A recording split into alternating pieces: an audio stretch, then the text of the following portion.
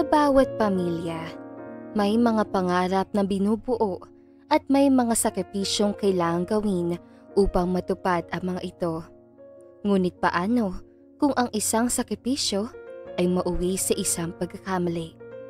Paano kung ang taong nangako na magandang buhay ay siya ring magdudulot ng pinakamalalim na sugat? Ito ang kwento ng isang pamilya na pinangarap ang kaginhawaan, ngunit ang kapalit ay pagkawasak ng tiwala. Si Benji, isang anak na nagsumikap upang ibangon ang pamilya mula sa pagkadurog ng kanilang mundo, ay naharap sa isang matinding pagsubok.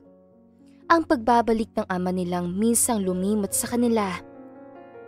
Habang binabaybay natin ang kwentong ito, samahan natin si Benji sa kanyang paglalakbay ng sakit, pagsusumikap at pagpapatawad.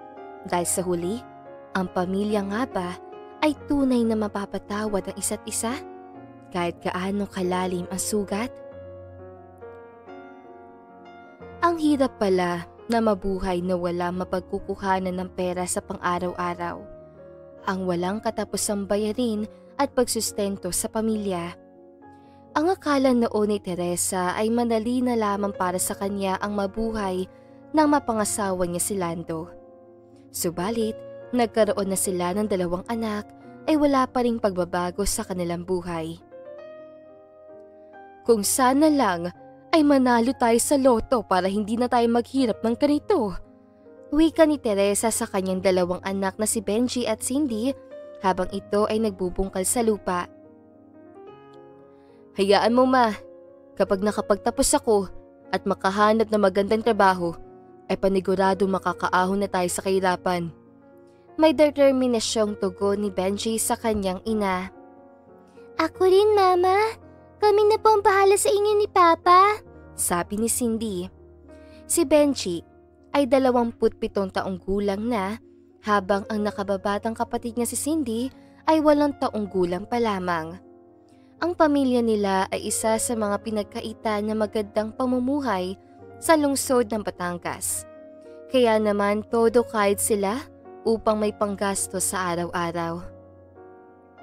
Mabuti na lamang ay mayroong maliit na lupa si Teresa na ipinamana sa kanya ng kanyang ina at ama noong ito ay nabubuhay pa.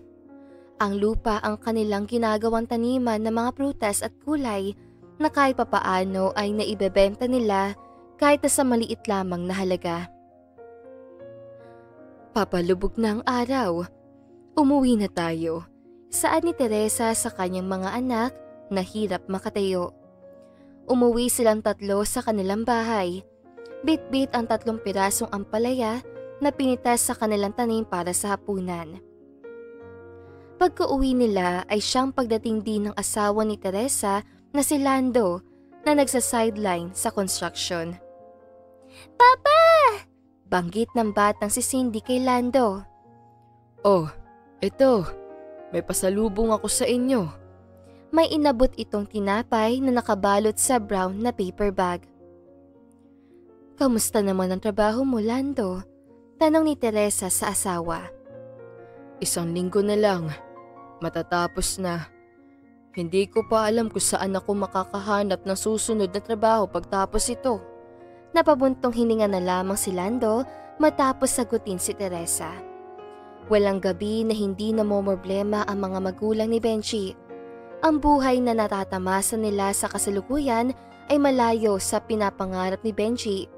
Kaya naman nagsipag siya sa kanyang pag-aaral at pagtutulong sa kanyang mga magulang.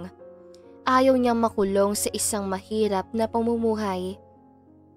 Dumaan ang araw, linggo at buwan hanggang sa mapagdesisyonan ni Lando na tanggapin ang alok ng kanyang bayaw na magtrabaho sa ibang bansa. Bagamat mapapalayo siya sa kanyang pamilya, ay handa siyang isakripisyo iyon para lamang magkaroon ng magandang buhay ang kanyang asawa at mga anak. Kaya naman habang naghahapunan sila mag-asawa noong gabing yon, ay napagdesisyonan ni Lando na sabihin yon kay Teresa. Teresa, mainalok nga pala sa akin ang bayaw ko sa ibang bansa.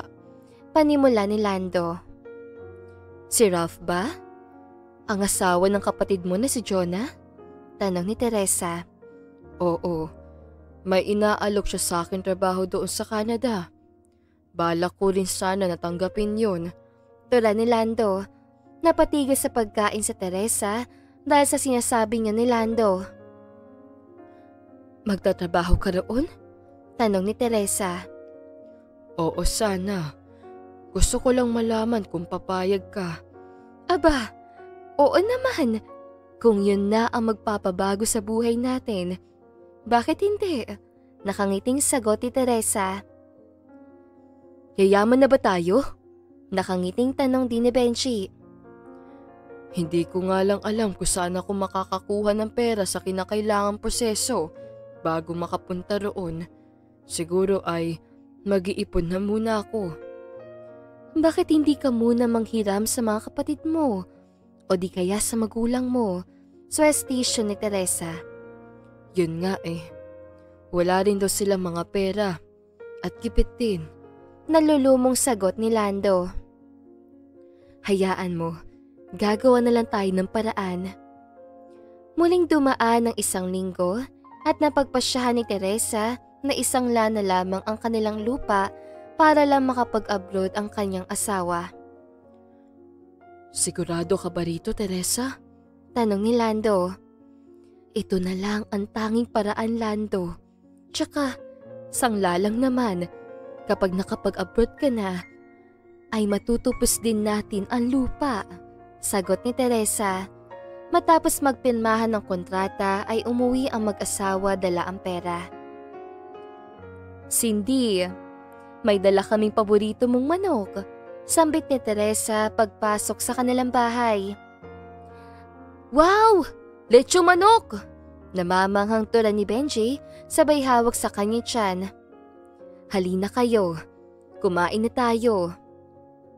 1 buwan ang itinagal bago natapos ang pagproseso ng mga papeles si Lando sa pagkuha ng passport, visa, mga dokumento at tiket papunta sa Canada.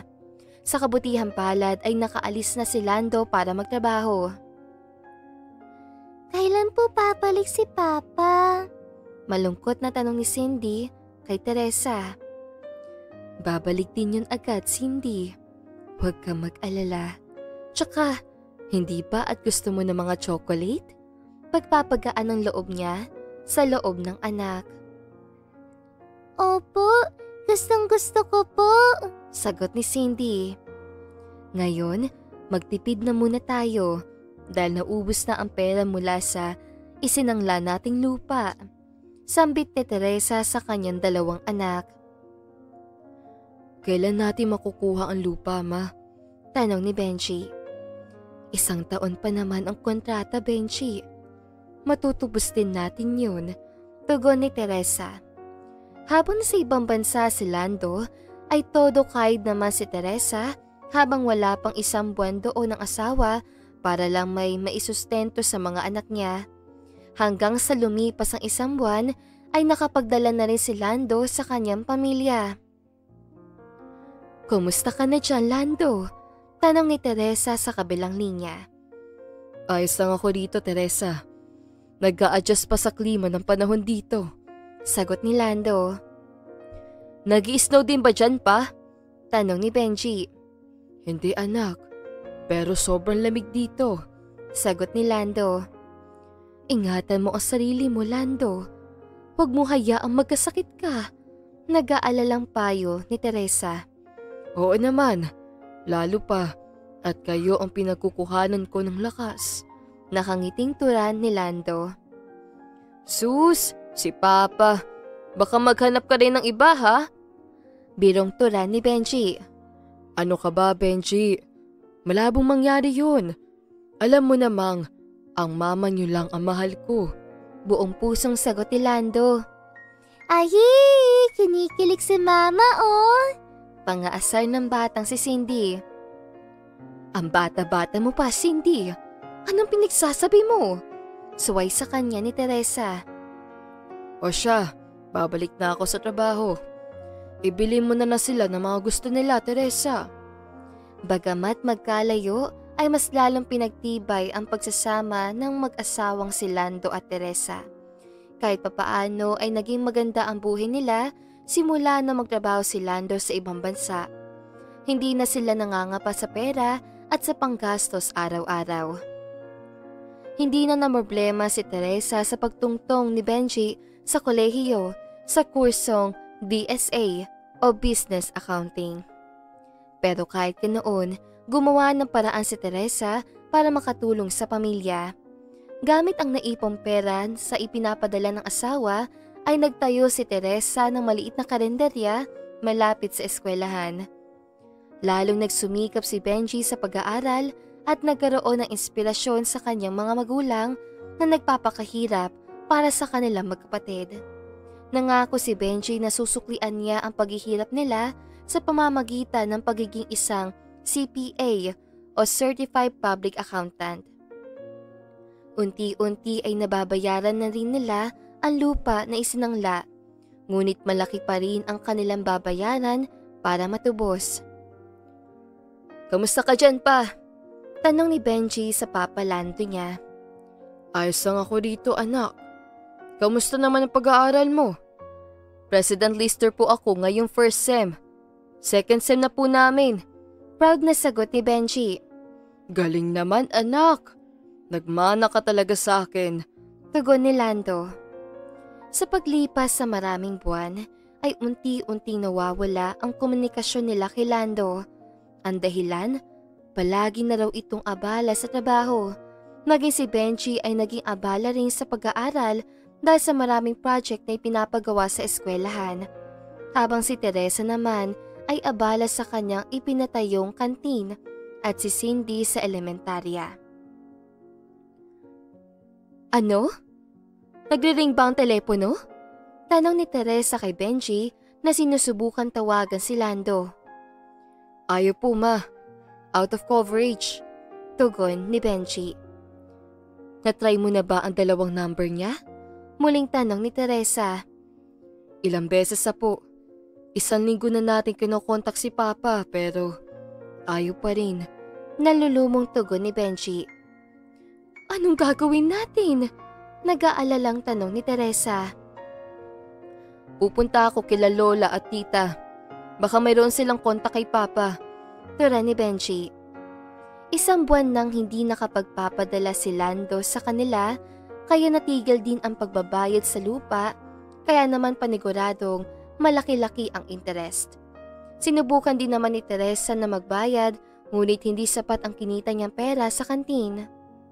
Noong araw na iyon ay pumunta si Benji sa kanyang lola at mga tita upang alamin kung mayroong kontak sa kanila ang kanyang papa Lando.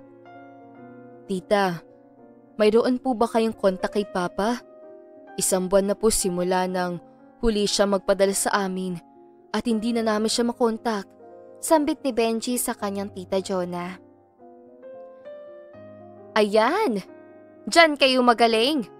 Ang umasa sa tatay nyo! Galit na turan at tiyahin ni Benji. Ano po bang nangyari kay Papa? Nag-aalalang tanong ni Benji. Tantanan nyo na ang papa nyo dahil mayroon na yung bagong pamilya. Nabigla si Benji sa sinabing yun ng tita Jonah niya. Hindi siya makapaniwala at akala niya ay nagbibiro lamang ito sa kanya. Noong araw na iyon ay pinagtabuyan siya nito at hindi man lang nagpakita sa kanya ang kanyang lola. Umuwing umiiyak si Benji at agad na ibinalita iyon sa kanyang ina. Ma, may bago ng pamilya si Papa. Umiiyak na sumbong ni Benji kay Teresa. Nalambot ang mga tuhod ni Teresa sa mga narinig at bigla niyang hinila si Benji sa kwarto sa takot na baka marinig yun ng anak niya si Cindy. Ano sinabi mo, Benji? Tanong ni Teresa habang nanginginig ang kanya mga kamay. Tantanan na raw po natin si Papa dahil may bago na siyang pamilya roon. Ulit sambit ni Benji. Walang nagawa si Teresa kundi ang umiyak dahil doon. Sa puntong yun ay si Teresa ang pumunta sa kanyang biyenan upang alamin ang katotohanan. Ngunit ganoon pa rin ang sagot. Nagmakaawa pa siya na tulungang kausapin ng asawa si Lando ngunit hindi sila nito tinulungan. Parang awa niyo na. Tulungan niyo kaming kausapin si Lando. Pagmamakaawa ni Teresa. Ano ka ba, Teresa? Hindi mo ba talaga maintindihan, ha? Iniwan na kayo ng asawa mo. Ngayon, kailangan niyo siya kasi nangangailangan kayo? Giit ni Jonah. Ano bang sinasabi niyo, Tita Jonah? Bakit parang sinusumbat niyo sa amin ang dapat namang responsibilidad ni Papa sa kanyang pamilya? Galit na tulad ni Benji. Tama na, Benji. Pag-awat ni Teresa. Responsibilidad? Hindi pa ba sapat ang 1 taon na pagpapadala niya sa inyo? Kahit nga kaming pamilya niya, hindi nakatanggap kahit ni piso dahil kayong puro dahilan niya. Sumbat ni Jonah. Kung darating din pala sa puntong mawawala sa amin si Papa, hindi na dapat namin hinayaan na umalis si Papa para lang hindi masira ang pamilya namin ngayon. Umiiyak na saad ni Benji. Umuwing luhaan si Teresa habang si Benji ay poot at galit ang nararamdaman. Hindi niya napagtanto na ang biro niya noon ay naging totoo. Noong araw na iyon ay hindi na nila matanggap na ganoon ang kanilang malalaman. 1 taon lang pagkatapos makarating doon at magkaroon ng magandang buhay ay iniwan na sila ni Lando at sumama sa ibang babae. Dahil sa nangyaring iyon ay muling bumalik sa dating buhay ang pamilya ni Teresa. Isinara nila ang kantin dahil nagkasakit sa puso si Teresa dahil sa stress na idinulot sa kanya ni Lando at dahil hindi nabayaran ang lupang isinangla na ipinagmana pa kay Teresa. Naging working student si Benji dahil siya na lamang ang tanging maasahan nila. Si Benji ay naging haligi ng tahanan. Unti-unti nilang kinalimutan ang kanilang ama at nawala na sila ng kontak sa loob ng 5 taon. Lumipas ang 5 taon, nakapagtapos ng kolehiyo si Benji at nakapasa sa board exam at top 1 pa. Natupad na ang pangarap niya maging isang certified public accountant at nakapagtrabaho sa isang malaking kumpanya. Muling gumaan ang buhay nila at alam ni Benji na habang buhay ni iyon, naipagumot niya na ang kanyang ina habang naibibili na ang mga gusto ng kanyang kapatid na si Cindy na high school na. Naipagawa ng kanilang bahay at muling binili ang kanilang lupa na hindi natubos noon. Anong masasabi mo, Ma? Nakangiting tanong ni Benji sa kanyang ina. Proud na proud ako sa iyo, anak. Umiiyak na sagot ni Teresa. Ang ganda ng bahay natin. May kotse pa tayo. Hindi ko ma-imagine na mararanasan ko ang bagay na ito, kuya. Nakangiting sambit ni Cindy at yumakap kay Benji. Hindi na natin kailangan manalo sa loto, Ma. Cindy, para makamtan ang ganitong pamumuhay. Tugon ni Benji habang naaalala ang mga panahong tumataya ang kanyang ina sa loto at nangangarap na manalo. Isang araw, habang papasok sa trabaho si Benji, ay bigla na lamang may humarang na lalaki. Benji? Banggit ito sa pangalan niya. Sino po sila? Tanong ni Benji. Hindi mo na ba ako natatandaan? Ako to, si Tito Ralph mo. Pakilala nito. Ikaw yung asawa ni Tita Jonah? Oo, ako nga. Ano pong meron? Tanong ni Benji. Nakauwi na ang papa mo. Nasa bahay siya ngayon at may sakit. Alam ko ang nangyari sa inyo noon. Pero kasi, naawa na ako sa papa mo. Hiniwalay na kasi siya ng kinakasama niya sa Canada. Dahil nawalan na siya ng trabaho noon. Wala rin siyang naipon na pera. Dahil siya ang nagpapaaral doon sa mga anak ng kinakasama niya. Mahabang lintanya ni Ralph. Hindi alam ni Benji kung ano ang dapat niyang isagot, pero alam niyang nadagdagan lamang ang galit niya para sa kanyang Papa Lando dahil sa nalamang may pinapaaral pala ito noon pero hindi ito mapag-aral silang mga anak. Bakit niyo po sinasabi sa akin ang bagay na yan? Tanong ni Benji. Gusto ko lang naman sana na muli niyong tanggapin ang papa niyo. Hinding-hindi po mangyayari yun, Tito Ralph. Pagputol ni Benji at mabilis sa sumakay sa kotse. Sa buong araw na pagtatrabaho ay hindi nakapag-focus si Benji. Kaya naman umuwi siya ng maaga sa kanilang bahay. Subalit, hindi niya inaasahan ang bubungad sa kanya sa kanilang bahay. Ma, ano meron? Bakit sila narito?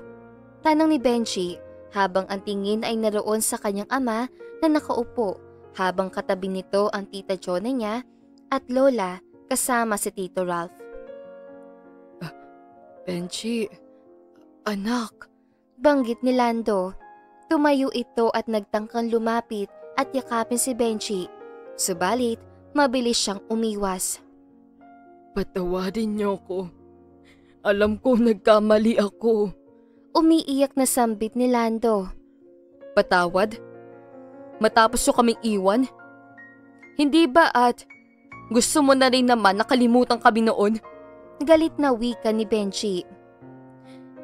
Tatay mo pa rin yan, Benji. Pakikisali ni Jonah. Oo, tatay ko siya. Pero sa halip na kami pag-aralin mo noon, ay ibang batang pinapaaral mo. Pa, alam mo ba ang paghihirap na naranasan namin? Lalo na si Mama. Nang dahil sa'yo ay nagkasakit siya.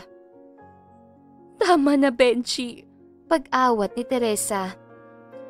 Oo, nagkamali ako. Mali ko yun. Kaya ako nandito para humingi ng patawad. Umiiyak na sambit ni Lando.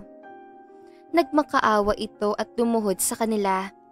Ngunit noong araw na yun ay pinagtabuyan ni Benji ang kanyang papa Lando. Galit na galit sa kanya ang kanyang tita Jonah at lola niya. Maging ang kanyang ina ay kinukumbisi siyang patawarin ng kanyang papa Lando.